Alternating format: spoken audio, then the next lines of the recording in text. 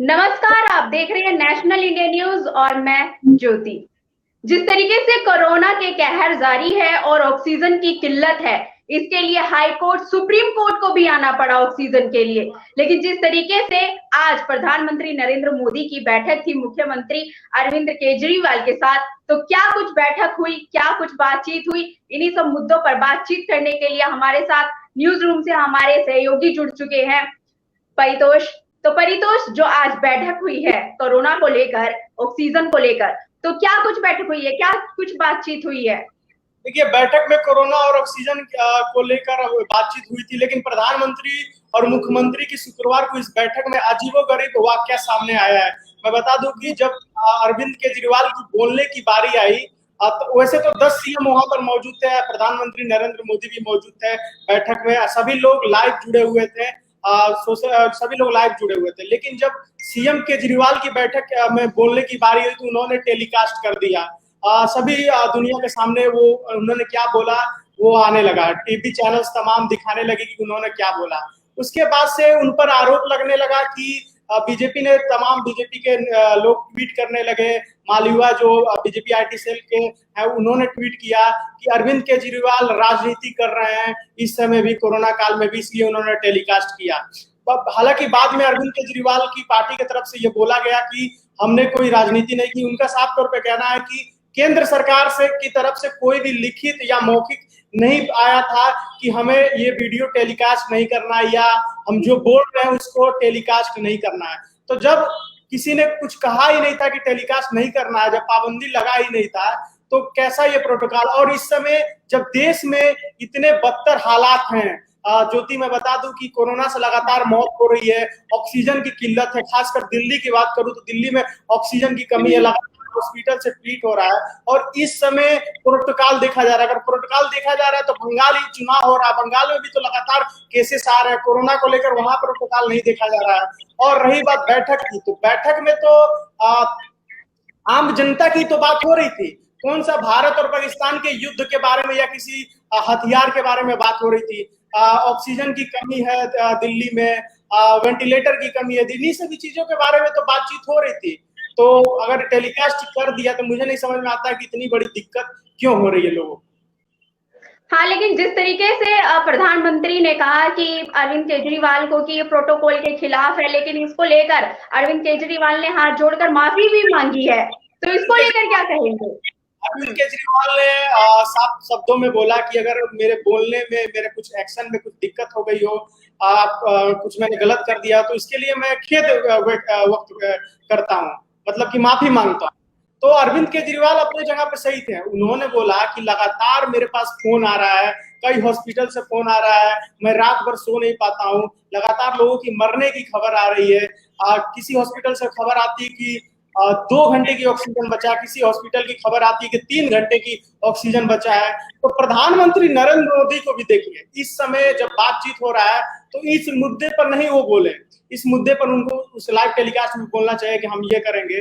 वो तुरंत बोलते हैं कि ये प्रोटोकॉल के खिलाफ है। प्रोटोकॉल उनको याद है, लेकिन ऑक्सीजन की कमी को लेकर क्या बातचीत हो रही है वो सब याद नहीं है। खैर, इस पे अलग से हम बहस करें, लेकिन एक बात और मैं कहना चाहूंगा ज्योति, कि अरविंद केजरीवाल पर तमाम टीवी चैनल जो कोरोना को लेकर अन्य खबरें भी दिखा रहे थे, चाहे मेन स्ट्रीम मीडिया की बात करूं, सभी चैनलों पर आप टीवी खोल के देखेंगे यही खबर चल रहा है कि अरविंद केजरीवाल ने राजनीति की, ये राजनीतिक है।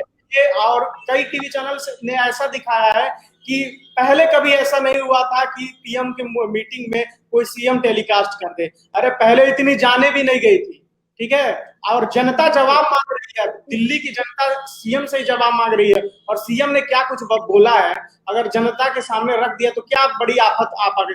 2 मिनट के लिए मान भी लेते हैं अरविंद केजरीवाल ने राजनीति किया, 2 मिनट के लिए अगर मान भी लिए, तो इस समय ये मुद्दा जरूरी है या ऑक्सीजन की कमी है देश में, वो मुद्दा जरूरी है। अरविंद केजरीवाल ने जो बात इस मीटिंग में कही, मैं उसके बारे में अपने दर्शकों को बता दूं।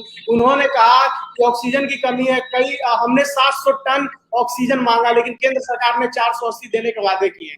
ये मुद्दा जरूरी है। क्यों 480 ही? और दूसरी सबसे बड़ी बात 480 अभी तक पहुंचा ही नहीं दिल्ली में, अरविंद केजरीवाल ने बोला।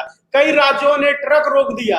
आखिर ये बाधित क्यों हो रहा है? आखिर ट्रकों को ऑक्सीजन वाले कौन रोक रहे हैं और क्या किसके कहने पर रोक रहे हैं? तो सीएम केजरीवाल ने यह भी बोला प्रधानमंत्री नरेंद्र मोदी से, आप एक फोन कर दीजिए उस राज्य के सीएम को जहां पर ट्रक रोका जा रहा है, वहां पर अगर आप फोन कर देंगे उतना ही काम हो जाएगा।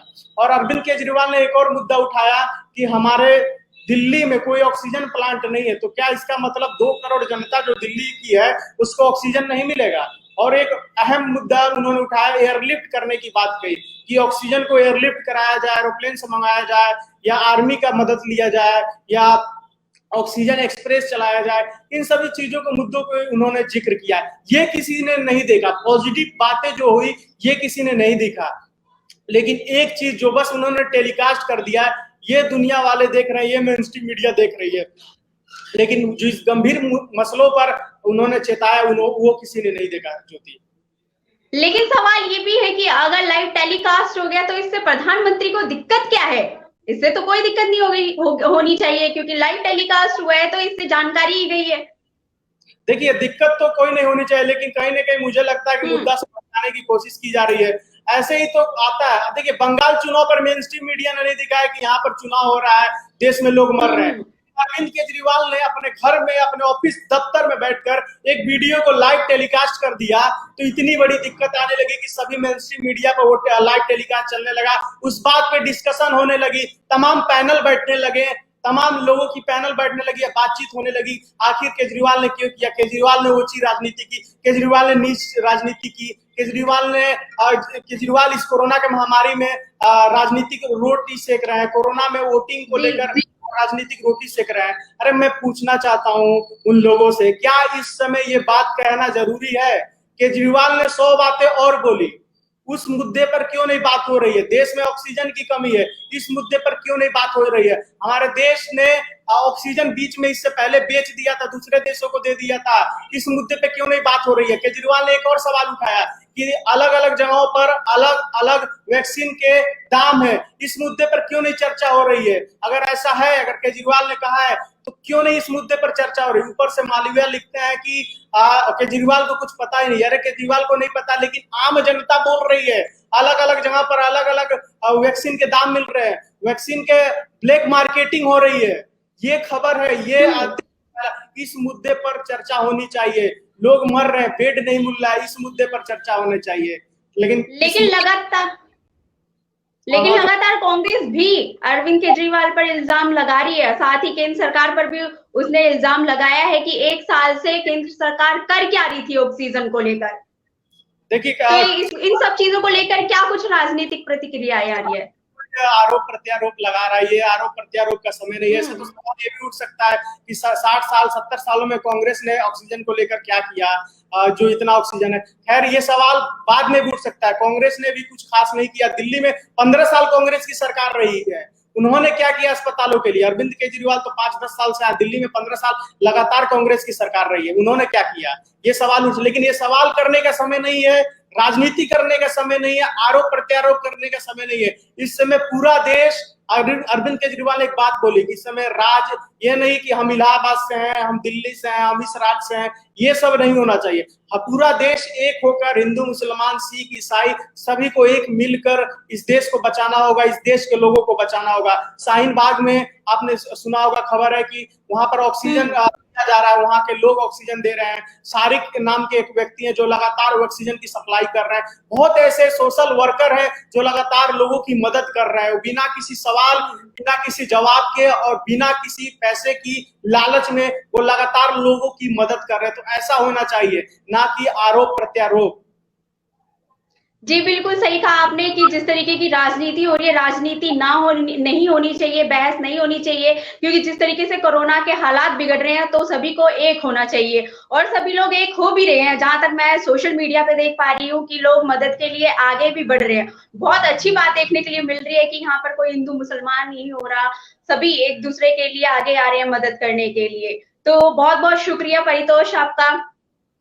शुक्रिया आपका भी, बहुत बहुत धन्यवाद। ये वीडियो अगर आपको पसंद आया हो तो इसे लाइक करें, कमेंट करें, शेयर करें और हाँ, हमारे चैनल को सब्सक्राइब करना ना भूलें ताकि देश विदेश से जुड़ी खबरें आप मिस ना करें, क्योंकि कोरोना काल में 2 गज दूरी, मास्क है जरूरी। नमस्कार।